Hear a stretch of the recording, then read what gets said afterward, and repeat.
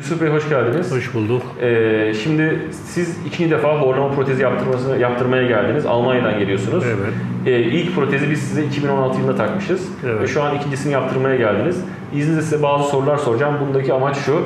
Çünkü bu tedaviyi merak eden insanlar aslında en iyi anlatan kullanıcı yorumları, yani sizlersiniz. Şimdi eskiye gittiğimizde bize gelmeden önce bu hastalık ne gibi sıkıntılar yaratıyordu? Ne oluyordu? Bir anlatır mısınız şöyle bir kısaca? Bu hastalık gece yatarken geçiriyordum. Yani nefes alamıyordum. Ondan sonra terleme oluyordu sabahları. Kalkınca atletin komple ıslak. Peki horlamanız oluyor muydu? Horlama oluyor. Sabaha kadar horlama oluyor.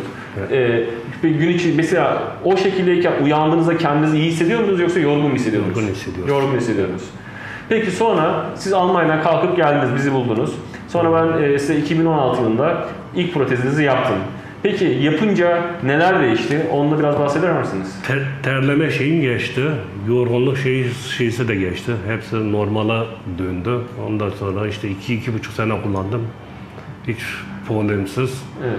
Hiç problem olmadı yani normal bir rahatsızlığım olmadı. Rahat yatıyordum, rahat kalkıyordum. Ailem de rahat dinleniyordu. Horlamakta zaten olduğu zaman onlar da rahatsız oluyordu. Sonra tekrardan belli bir süre protez kullanmadınız. O sırada ne oldu gene? O sırada işte dişlerimi çektim. Yine o protez takma dişine protez yaptırdınız. Evet. Sonra tabii ki biz yeniden bir protez yapmak zorunda kaldık size. Peki o süreçte gene sıkıntı yaşadınız mı? Horlama protezi kullanma süreçte. Neler oldu? Bu protez sonra da olmadı. İşte tekrar geldim yenisini yapmaya. Evet, anladım.